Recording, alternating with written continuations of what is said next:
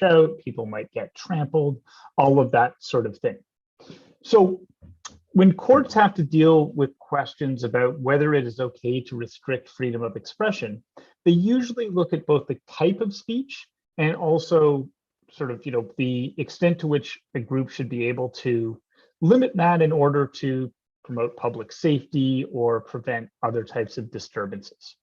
And this is always a bit of a tricky question when it comes to schools, because schools want to have a level of control over the environment within the school, but at the same time, students have the same types of rights to expression as anybody else. This came to the Supreme Court in the US in, I guess, late 1960s, because a student attended their high school and they wore a black armband, which at the time would have been recognized as a symbol of their protest against the Vietnam War, which the US was engaged in. And the school didn't like that this student wore a black armband, and so they suspended the student. And the student essentially brought out action against the school. I'm sure by the time this reached the Supreme Court, this student was probably a university student or something like that, because it tends to take a really long time to get there. But in any case, the court had to analyze whether or not it was within the school's judgment to be able to suspend a student for wearing that armband or not. And essentially, the court's rationale was that, well, schools should have the ability to restrict speech if it were to cause a disturbance, that schools should not be restricting students' political expression just on the basis of disagreeing with it, right? And so that kind of became the standard that courts would apply and that groups like schools had to follow. So it means that, a school can have a dress code if it's evenly applied, as long as it's on the basis of clothing that would cause some kind of disturbance. But schools couldn't suspend someone just because they didn't like that they were wearing a color that represented a political movement, or wearing clothing of a political party, or just had made political statements in class, right? Again, looking at the test of does it cause a disturbance? So now we've got kind of a new test case, because obviously 2021 is a very different time than the 1960s, and now we have social media. And so as a result, the separation between what happens in school and what happens out of school is a lot more blurred. And so the basic facts of this case are that a student didn't make their cheerleading team, or at least they didn't get the head of the senior cheerleading team or something along those lines, and posted a TikTok that was kind of profanity laced about how angry they were. And so this video was seen by other students as well as teachers, and they suspended the student. And so the student has brought a lawsuit that the Supreme Court is now weighing. And I think, we don't actually have the answer, and maybe we'll have the court's opinion in June. But regardless of what the court decides, it's just sort of a very interesting thing that I think is worth considering. And I think people are sort of free to have their own opinions about the extent to which the school should make a decision, because we kind of have two questions, right? So the first is, because this doesn't happen, at the school, it doesn't happen on a school trip, it's completely separate. Should the school have any rules at all about what students are allowed to do and not allowed to do outside of the school? Now, there's already some precedent to say yes, if students are doing something to hurt other students. So this would be like cyberbullying. People have looked to schools to punish students for, whether it's cyber or even, I guess, in real life, hurting other students at that school outside of class. And obviously, if you break the law or something like that, you're probably not going to be able to attend school because you're going to be dealing with your own matters with the police. But, so we first have to ask this question, like, if there is a real disturbance, but if it happens offsite, is that something the school should ever be involved in? And to the extent you think, okay, maybe, then you have to think about, well, what should the standard of disturbance in that situation be? And I think the issue of bullying or cyberbullying is reasonably decided in that most people think, to the extent a school can do something, they should. And they shouldn't just say, well, that happened outside of the school. But if we get into the question of, well, what if they are just criticizing the school? That's not necessarily something that causes a disturbance, even though it may cause hurt feelings. It didn't result in people, leaving school or having a protest or a riot or anything like that. So it'll be interesting to see what the US Supreme Court has to say about this, but I also think that it's the kind of thing that impacts most of the people that are watching this lecture. So I thought people would find it interesting. Next, something that we've kind of been following a little bit is China and its population. A few weeks ago, we talked about how the Indian population was soon going to exceed that of China's. Now, they're both about 1.4 billion people. And for as long as I can remember, India's always had the largest population in the world. So that will be a bit of a shift. The current birth rate in China is somewhere around 1.5 to 1.7. And the way that birth rate is measured is it's the number of children on average that a woman will have, because at least with existing technology, men cannot have children. So if you think about it that way, assuming your population is equally men and women, in order to have the same number of people, say, 20 or 50 years from now, you need each woman to have on average 2 children, right? And so anything below 2 is considered below the replacement level. And anything above 2, in theory, your population is going to continue to rise over time. And it's even a little bit trickier in China because there's actually more men than there are women in China. So China probably needs to be slightly above 2 just to stay at a replacement level. Some of the reasons for, or actually one of the other things that's happening simultaneously to lower birth rates is that Chinese people are on average living longer because health has improved. So, just better doctors, hospitals, cancer treatments, nutrition has improved, right? So as a result, people are living longer lives, but there are fewer babies being born. And so that is causing a demographic shift. So whereas in the year 2000, only about 10% of the population was 60 or over, 20 years later, or 18 years later, 17.9% of the population is 60 or older.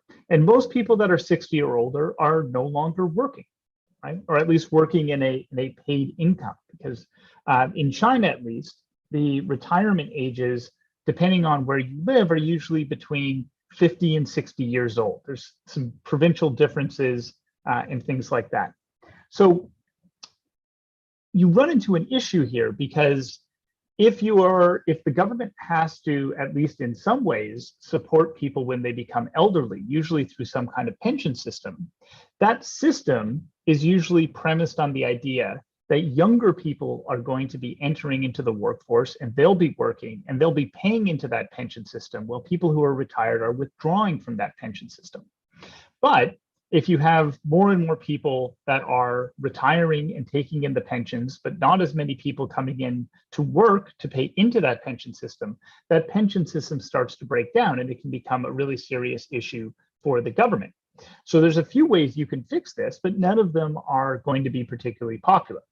One of the things you could do is you could raise the retirement age. So you could say that no one's allowed to start collecting their pension until they're 65 or 67 or 70 years old. And so as a result, people would continue working longer. They'd continue paying into that pension system. But as you'd imagine, for people who want to retire, they're not going to be really happy with finding out that they have to work another 5 or 10 years. People could have more babies, but this is something that we've talked about being a bit of an issue because there are, particularly for people who live in cities, the high cost of housing, healthcare, and education, as well as generally smaller apartment living, have reduced the appetite for larger families that people might have had when they lived in when more of the population lived in rural communities. So a lot of people don't really want to have more than one child, even when they're allowed to, or more immigration. And that's not a particularly popular idea, at least currently in China, because, as a lot of other countries like Canada, we just talked about Canada increasing immigration. Canada's solution to low birth rates is for more people to immigrate from other parts of the world and bring their knowledge and expertise to Canada. And as a result, we don't need birth rates to be, above 2. Usually in Canada, they're around 2, but, we don't need them to be much higher in order to support an aging population because we go a different route. So all of this is something that is not a short-term problem and will not have any short-term solutions. It's something that's going to involve, kind of incremental changes over time to try to determine what the right balance is going to be between encouraging people to work longer while also encouraging more people to have children. And maybe someday down the road, it will involve opening up the borders to a greater number of immigrants. I think particularly with the wealth and opportunities that exist in China, there's a growing number of people, particularly even just sort of in the Southeast Asian region, that would be very interested to immigrate to China if they were given the opportunity to do so. But we'll have to see how that all works out.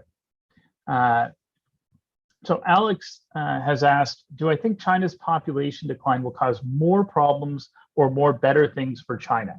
So I don't think the population decline is going to cause many better things for China because, it's going to, the combination of a decline in population, but also an aging population is going to increase costs across the board. So it's going to mean that people that are still working likely would have to pay more taxes. That slows economic growth. It's not generally a good thing. I mean, certainly you could look and say, well, globally we damage the environment less when there are fewer people, but I don't think we're looking at that kind of population decline. So it's not going to be like the Avengers where 50% of the population disappears. The population will likely remain somewhat static. It will just continue to demographically shift to become older over time. All right, let's talk about cookies. So if you're unfamiliar with what a cookie is, let's explain it. So a cookie is a very cute word for what in no way really resembles an actual cookie that you could eat. The general idea is that when you visit websites, assuming that the system you use allows for cookies, that when you visit websites, they're essentially creating a unique ID that they're matching to your device and your IP address. And they're using that in order to remember you so that if you come back to that website later on, they know who you are. And so for the most part, these are fairly useful things. So if you think about what we call a first-party cookie, this would be a cookie deposited by the actual website that you're visiting. And it allows certain things that are just sort of convenient that most people generally like, right? So, for example, if you open your web browser and you go to your email, if you've ever noticed that sometimes it just logs in and it doesn't require you to log into your username and password, that's because the cookie remembers that you were logged in previously. Or if you've ever been on a website and you've been shopping and you added something to the cart, and then a few days, you didn't buy it, but a few days later you went back to the same website and you still had the same cart, that's because the website could remember you. So usually if you're going, if you're mostly going to sort of safe websites, the kinds of cookies you're going to collect are probably going to be more convenient than they are any sort of threat to you. Where things become a little bit more complicated is when we get into what are called third-party cookies. And these are cookies that are not from the site you visit. They're usually from ads that are on sites that you might visit. So it's possible that you might visit a website because you're reading, just reading about something you're interested in. And along the website, on the left side, on the right side, on the top banner, there's all these different ads that are flashing at you. Each one of those ads might be depositing cookies on your system. And they're creating a profile based around the idea that you visited this website. And then they're going to look for you on other websites and kind of stack up that way, right? So you could end up picking up 10 third-party cookies just on one website.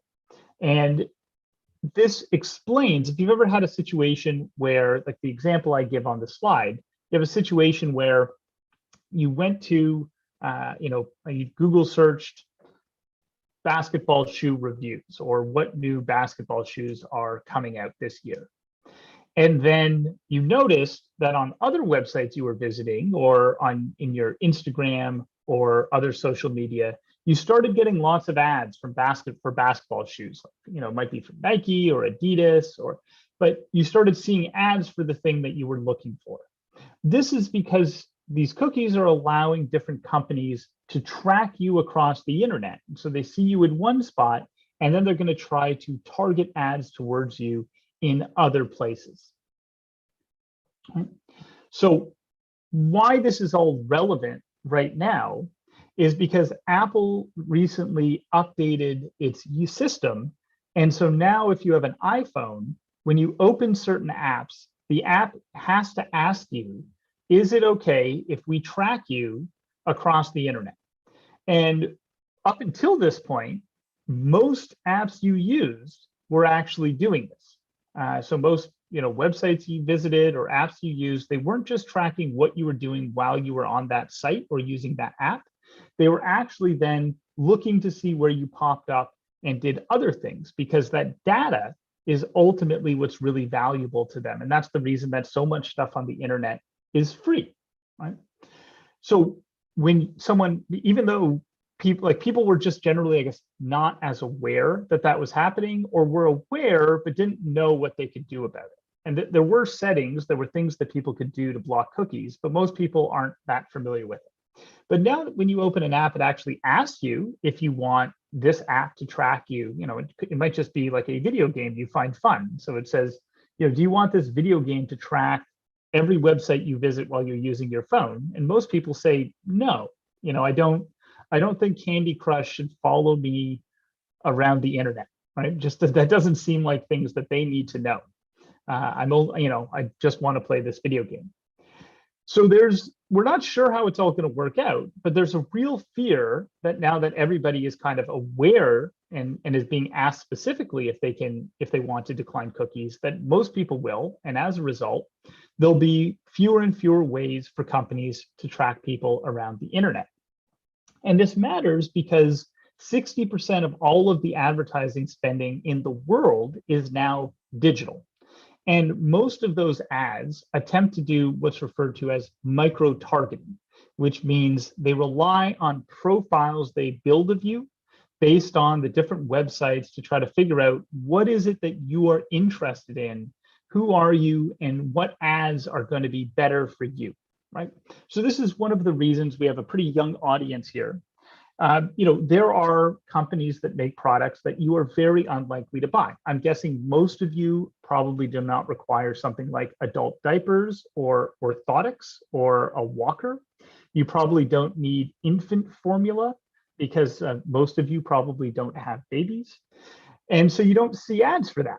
But I can guarantee that if you were looking for things that a senior or a new parent would look for online, you would start seeing those types of ads, because that would be what the algorithms that the micro-targeters use would start to determine who you are.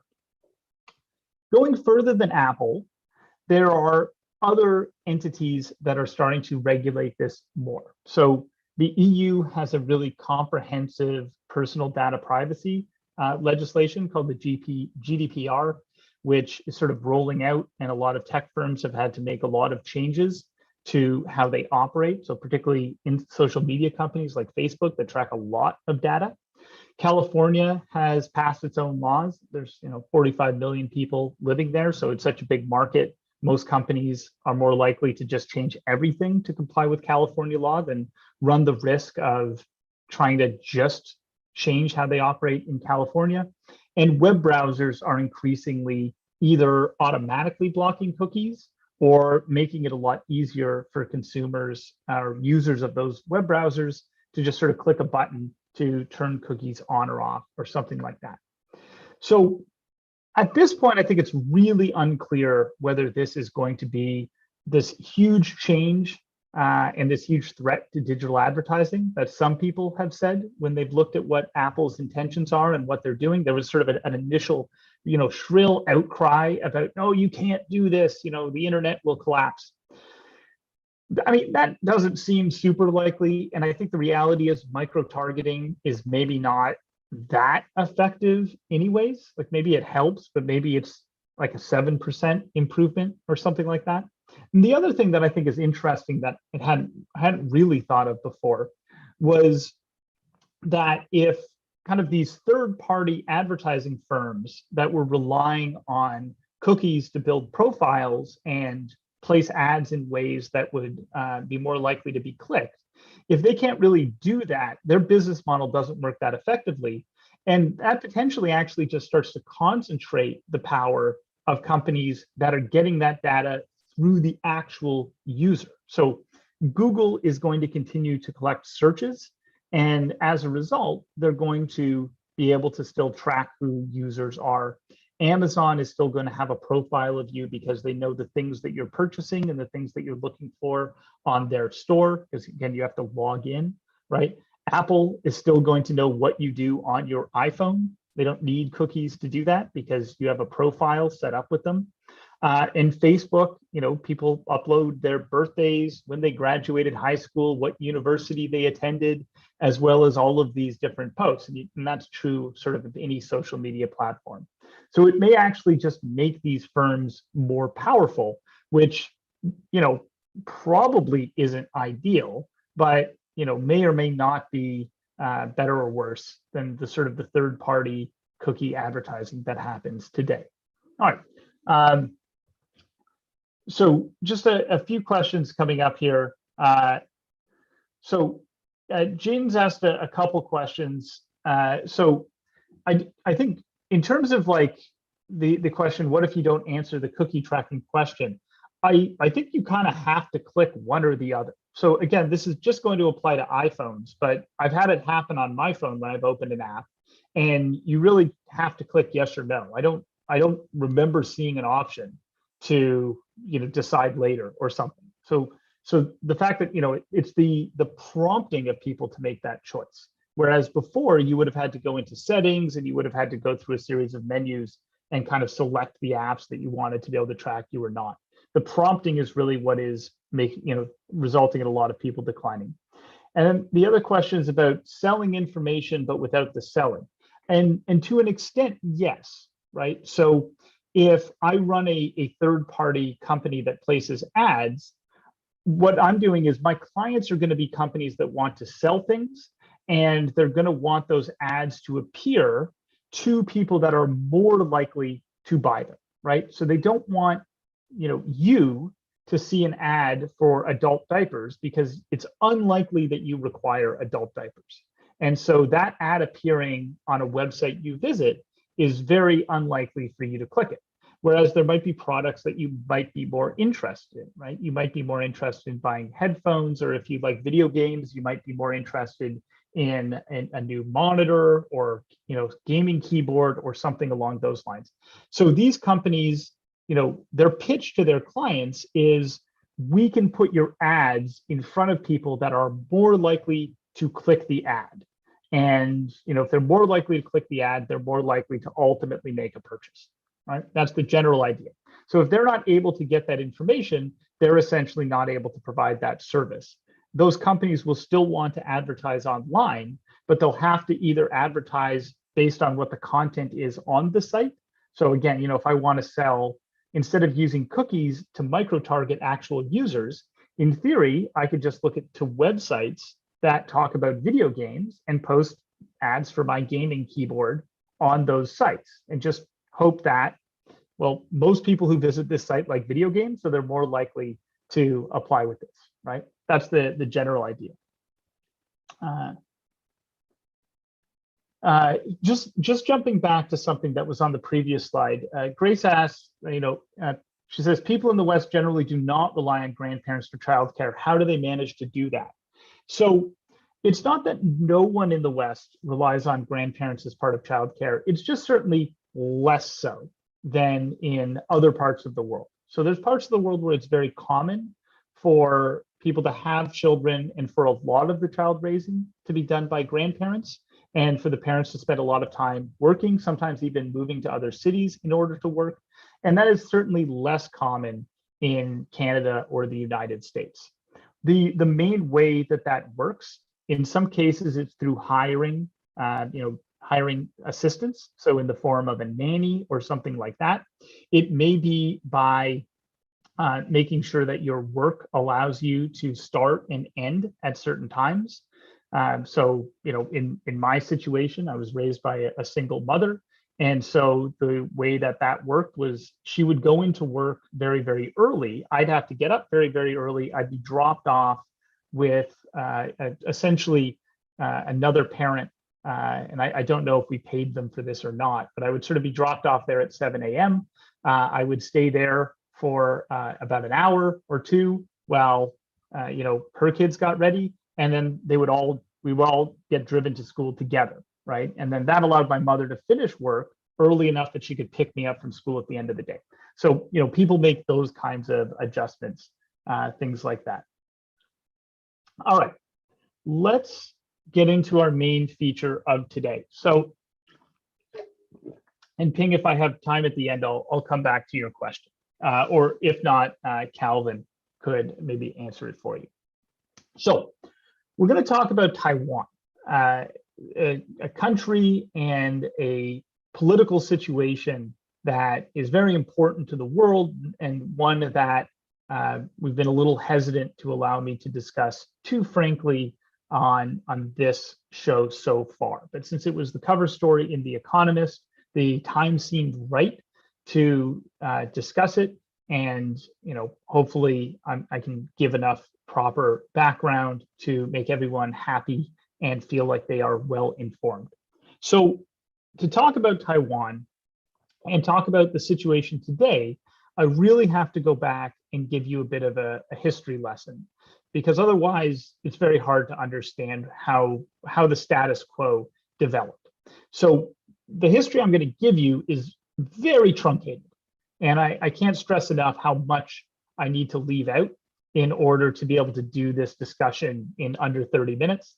But I'm going to do my best to kind of give the bare bones, and I would strongly encourage anyone who is interested to learn more about this period of time in China and in Asia more generally, because it's very fascinating.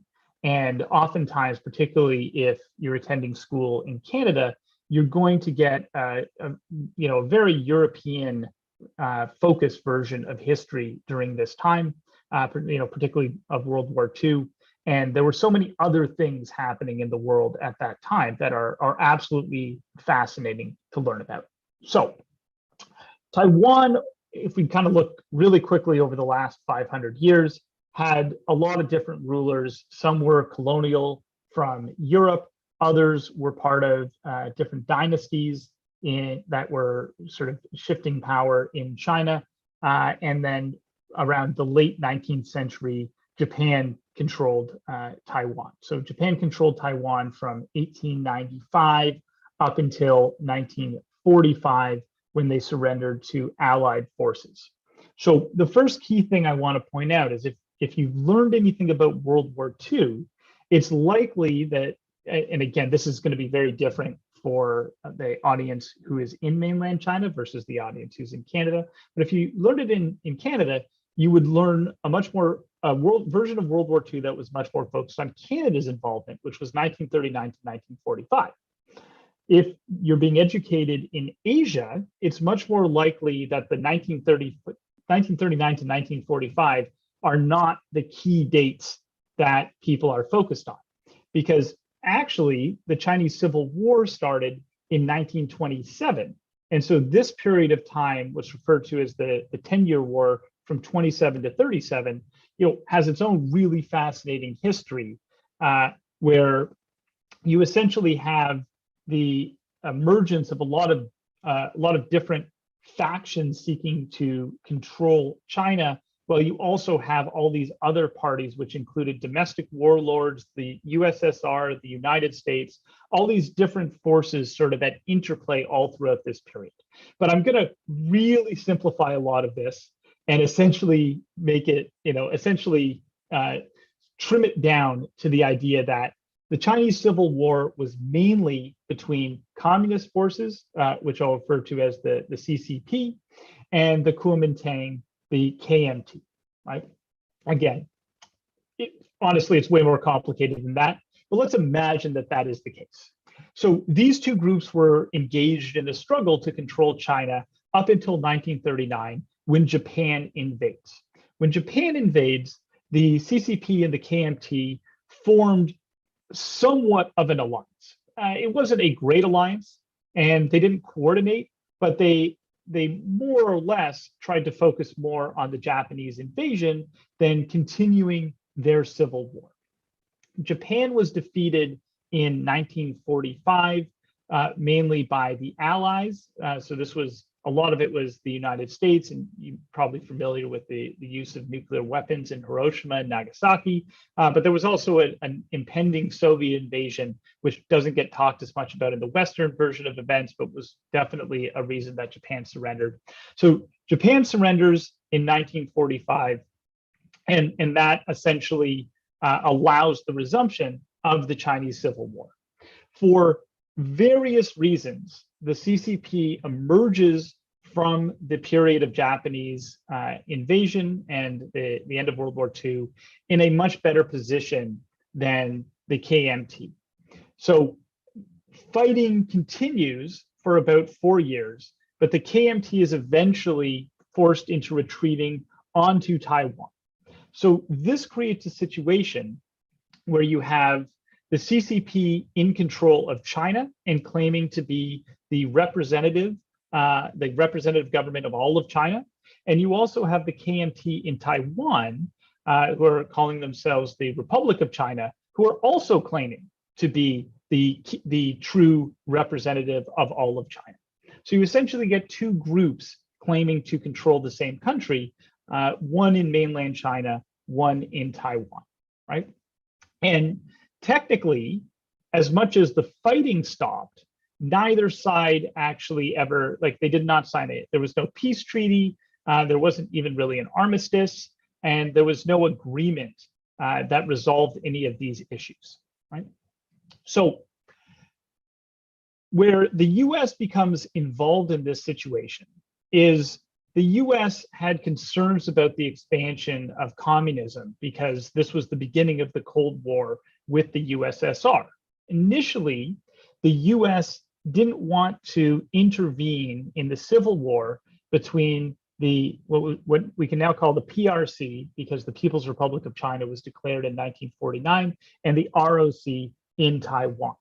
But the Korean War broke out in 1950, and that started to really change the way people viewed communism in Asia, because you have the North Koreans invading South Korea, you have the US backing the South Koreans to repel the North Koreans, and then it looks like they might actually overrun all of North Korea. Then you have the Chinese army intervening to assist the North Korean army. We end up with exactly the same border we started the conflict with, but now the US's calculations have started to change, and they take a much harder stand in terms of their defense of Taiwan. And so this is sort of where we get the beginning of the US's position on defending Taiwan.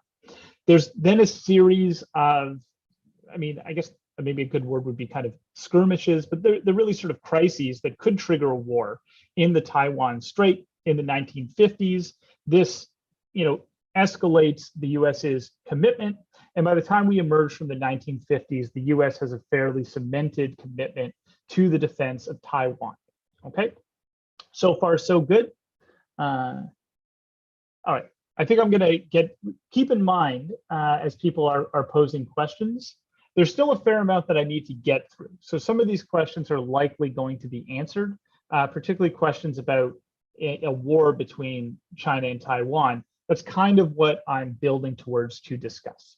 So this may surprise a lot of people, but up until 1971, it was the ROC, so the KMT in Taiwan, that actually were China's representative at the United Nations and had China's seat on the UN Security Council. In 1971, though, the decision was made to replace them with the PRC, and since then, the PRC has been officially recognized as the government of China. that was, that didn't make the government at the time in Taiwan very happy. But by the 1980s, the PRC and the ROC were actually starting to, reduce their hostilities, and were starting to engage more in trade and investment. In 1991, the ROC officially declared that its war with the PRC was over. The PRC has not reciprocated that, but in any case, they essentially said, we're prepared to sort of move forward. Our stated objective is no longer to invade mainland China and retake it.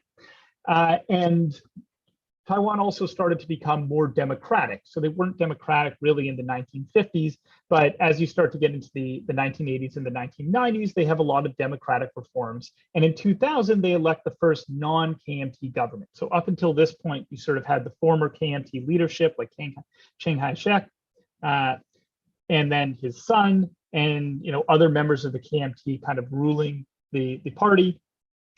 This is very ironic, but when the new government was elected in 2000, it was a president from what's called the Democratic Progressive Party, and the PRC was actually unhappy about this, because you would think that since the KMT was their historic adversary in the Civil War, that the KMT being replaced in government would actually be seen as a positive development. But in reality, the KMT had always accepted this idea that there was one China, even though they felt that they were the legitimate government of that one China. Whereas the Democratic Progressive Party didn't have really the same position on the idea of one China. And their idea was that Taiwan was more of an independent country, which is something that is heavily contested by the PRC.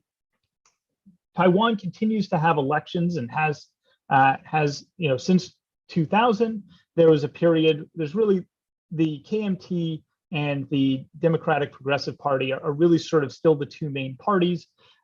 And part of what differentiates them is sort of their position on relations with China. But obviously, as with any democracy, there's lots of other issues that people tend to consider and to vote on. Okay. I want to quickly just point out a couple things just so you understand how different economically these countries are. It's worth remembering that Taiwan only has 24 million people and China has 1.4 billion. So if you look at the chart on the right, you can see that China has always had a larger total gross domestic product. And as China has developed, the difference between the size of the economy in Taiwan and the size of the economy in China has, shifted exponentially. However, if you look at it on a per capita basis, meaning if you took that GDP and divided it by the number of people who live in the country, you can see that Taiwan's development actually started much sooner than China's development. So as much as China is gradually catching up in terms of GDP per person, Taiwan still has a much higher GDP per person.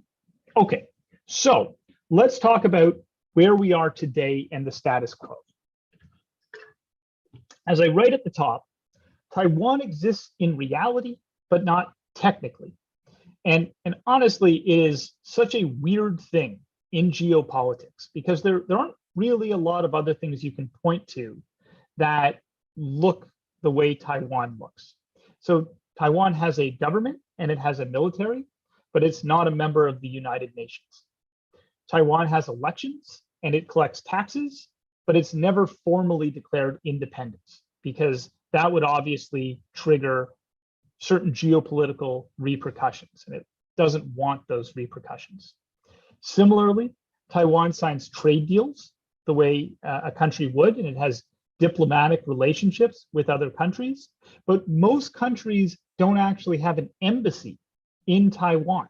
They have a building that does all the things an embassy does, but they call it a trade office because they don't want to formally recognize Taiwan as an independent country, even though they are completely comfortable operating as though Taiwan is an independent country. So this is a really weird status quo, but this status quo has actually helped to maintain the peace. It's kind of like you just don't acknowledge the way things are, and everybody can move on like that. right? And there's a good chance that this status quo might be maintained through most of your life, even though it doesn't necessarily make that much sense, right? But it makes sense practically in that the PRC is very opposed to a declaration of independence, but at the same time, the Taiwanese people are not using their votes to vote for a reunification with mainland China. So kind of towing this line of sort of not declaring independence, but operating a country the way most countries do, has in many ways worked up until now. So let's talk about now. The main point I'm going to try to make over the next 15 minutes or so is that we do not want a war happening between China and Taiwan. There is really no possible way it can happen that would not be bad for pretty much everyone in the world, right? So let's start just by saying we can't even discuss what happens if China invades militarily and the US joins that war. Because in the event that there is a war, an active war between China and the United States, we are at that point discussing an extinction level event. The combined military power today of China and the United States would be greater than the combined military power of every army in every war in history, right? So if you look at the destructive capability of hydrogen bombs and things like that, there is, you could combine the Mongols and the Romans and everything. They never had the power of even one hydrogen bomb. So were that war to take place, we literally could destroy all of human civilization. So let's look at the scenario where China bets that the US would not become involved, and as a result, it's just China invading Taiwan, right? This would still be an unmitigated disaster and a situation in which pretty much everyone would lose, right? So one of the things that would happen fairly quickly is that the West would sever economic ties with China, which would trigger a global depression and a new Cold War, right? It would be devastating economically for China. It would be devastating economically for the United States and Europe. Everyone would suffer, and it would probably push the world's economic growth back decades. I think there's a reasonable case to be made that the West would recover faster because it's probably would take less time for them to build up new supply routes than it would take for China to be able to build up equally strong purchasing markets. But it would be absolutely terrible for everyone, right? Okay. Then we get into the actual war that would take place. Even on its own, Taiwan would almost certainly defend itself. Now, the CCP often states that it has the military capability to prevent Taiwan from becoming independent. And I think that that is true to the extent that there is no way that the 24 million people in Taiwan could defend themselves indefinitely against a Chinese invasion. However, the reality is that Taiwan's entire military budget and the focus of all of its defense for the last 70 years has had only one objective in mind, and that is repelling an invasion from mainland China. So they're not a military that has been trained to do a lot of things. They're a military that has been designed and built to do one thing. Were China to invade, the invasion would likely start with a barrage of missile attacks. And these missile attacks from China would be designed to disable the Taiwanese Air Force, to disable coastal defenses, and to knock out key infrastructure like communication systems and energy grids. Simultaneously, there would probably be the activation of sleeper agents and other covert operatives that had been smuggled into Taiwan, and their objectives would be to assassinate or incapacitate key political and military leaders. The goal of this offensive would be to create as much chaos and confusion in Taiwan as possible, so that when the true military invasion started, there wasn't anyone to sort of coordinate a proper response to that. Invading Taiwan itself would probably require around 1 million soldiers. They would have to cross the Taiwanese Strait and engage with the remaining Taiwanese troops in an effort to sort of control the country, take over the capital, institute martial law, and begin governing from there. This would not be as easy as it sounds. And there's a few reasons for this, right? The first is that there is not great weather in the Taiwanese Strait. And as a result, it would be really hard to move 1 million soldiers across that strait in any months other than April or October. It is also very difficult with today's technology, so satellite dishes and things like that, to amass 1 million soldiers and enough boats to transport 1 million soldiers roughly 200 miles across the water, which means that if they were going to do this invasion, it would probably be fairly obvious 60 days before they actually were able to start the invasion itself. There are also a limited number of places, so beachheads, that you could land that many soldiers. And those beachheads, because Taiwan is just as aware as the PRC of where those beaches are, have been fortified with chemical weapons, really dangerous razor leaf plants, reinforced tunnels to be able to move weapons around, and other defensive measures. So, in addition to that, prior to any invasion, Taiwan would likely declare a state of emergency, which would trigger a series of additional defensive measures, which would include the placement of snipers at key locations to try to slow down the invading force. Munitions would be placed on tunnels, bridges, roads that could be detonated, to try to slow any invasion, and other defensive measures that I'll talk a little bit more about. But definitely getting a little bit close to time, so I need to kind of keep pressing ahead. I'm sorry for the people who are asking me questions that I can't quite get to at this moment. All right, so this means that if this were happening and actually happening, things would be horrifying for pretty much everyone involved, right? Start with what would be happening when China launches its invasions. So these 8 economic sanctions are going to hit, which would probably freeze trade with Japan, Taiwan, the US, Korea, the EU, Australia, Canada, you name it. This is pretty much immediately going to cost China millions of jobs that people are going to lose.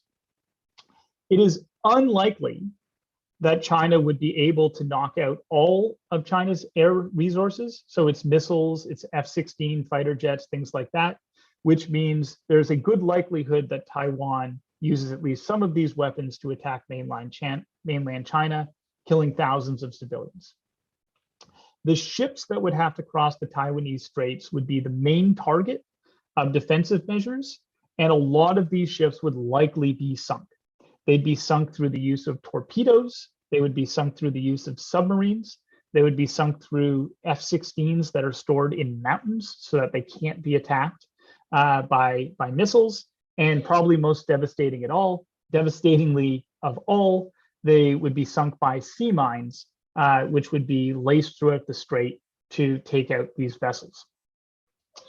There is also, and I kid you not, this is a real thing, a literal wall of fire that Taiwan has constructed along its shoreline using oil pipelines.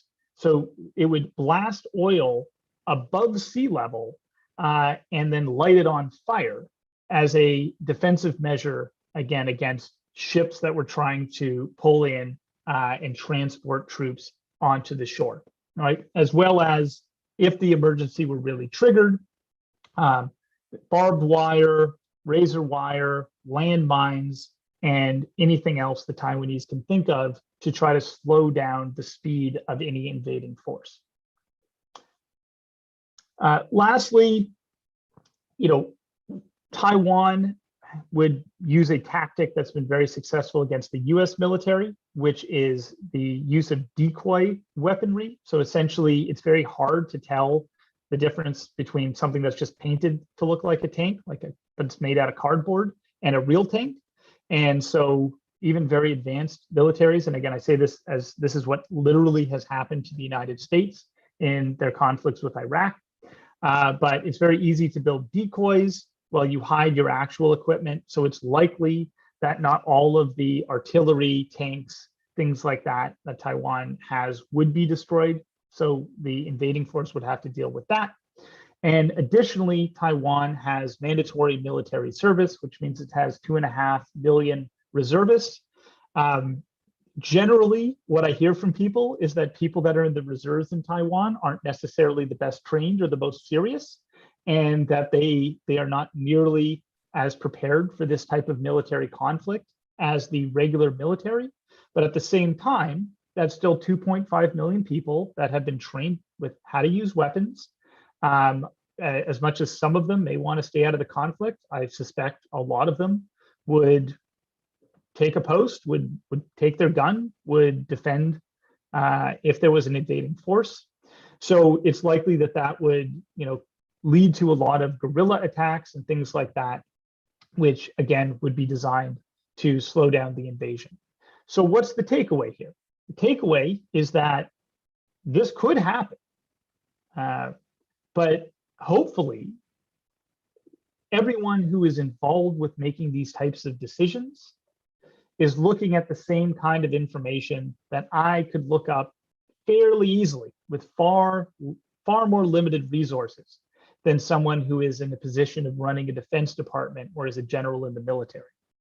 And hopefully as a result of that, as much as they might make certain public statements, hopefully their view is that this is probably not worth the cost. And if enough people in charge believe that it's not worth the cost, then hopefully we can continue living in a world that has an uneasy but peaceful status quo. Because an uneasy but peaceful status quo is pretty much always preferable to a full-scale war. All right. Just looking at the questions, because a number of them are things that I believe I've more or less answered.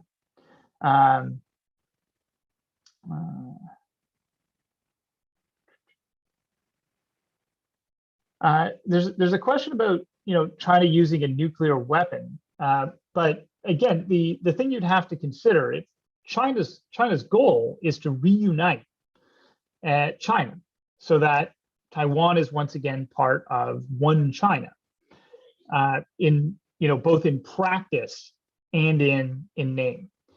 Destroying all of Taiwan with nuclear weapons doesn't really achieve that, right? So there is a goal of peaceful reunification, and I think that I think as long as we stay on the track of wanting peace, then we'll be a lot better off, both for people in China and people in Taiwan and people in the rest of the world. All right. So, there's a few more questions about well, wouldn't this be really terrible? Why would we do this if this were really terrible? And again, that's really just my whole point here, is that hopefully everyone recognizes how terrible this would be, that it's not a direction that anyone who would be affected by this is going to come out better than the status quo. Accomplishing this would come at a massive human cost. And, it would accomplish something politically, but it would not accomplish something that would be, advance prosperity or peace or economic growth. And so that, I think, is the most important takeaway. Okay. All right, everybody. I want to finish this week by giving everyone a bit of a heads up. So I know, not all of you signed up for this course yourself. You have parents who do those kinds of things. So you may not be aware, but in June, we're actually going to go on hiatus for this current weekly current events class because we only intended for this to run during the school year.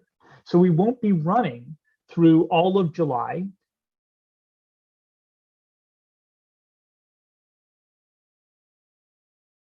That we're going to be running in the summer. And I've been asked to just give a little bit of a promo for that program. So if it turns out that you might be interested in this, it's something that you can discuss with your parents, particularly if you're going to be around and available to do it. So to give you a bit of a highlight, the program in the summer is not going to focus on current events. It's going to focus more on bigger global issues, and we're going to take a much deeper dive into each of these. So on the screen, you can see the different topics that we're planning to run, things like US policy towards Russia. We're going to talk about pandemics and global health. We're going to talk about equity and diversity, the legal system, cryptocurrency, and our plan is for each one of these classes, we're actually going to be bringing in an expert from the field. So potentially, not to give any spoilers, but when we talk about space exploration and innovation, we might actually have an astronaut. When we talk about pandemics and public health, we might actually have someone who specifically researches pandemics and public health at Harvard. These are potentially some of the guest speakers that we're planning to bring in. And we're going to break them down so that there's going to be a lecture component as well as an interview component.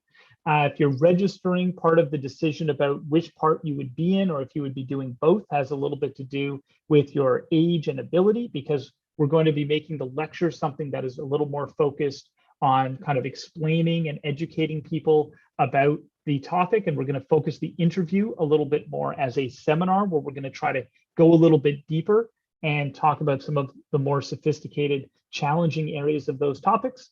But that's the big promo pitch. There's a question, will our parents receive an email about this program? I certainly believe so. But if it's something you're interested in, you could certainly tell them that there's some topics here you'd be interested in doing. And particularly if you really enjoy the current events class that we do each week, and if you're going to miss us over the summer, well, we have this. It'll run roughly at the same time, at least if you attend the North American lectures. It'll continue to run Friday evening, and it would be great for you to join us. Hopefully we'll have lots of you with us. So thank you again for another great class. I know this one was a little bit different because we did a really big historical dive on a topic, but I felt like it was important for us to try to get some of the background if we were going to understand the way the world is in the present. And hopefully you found it informative and feel like I handled a politically sensitive issue with a fairly straightforward, factual education. So until next week, have a great week, and I look forward to seeing you all again. Thank you, Professor. Thank you, everyone, for supporting and attending today's webinar. The class is over. We will see you same time next week. Have a great weekend.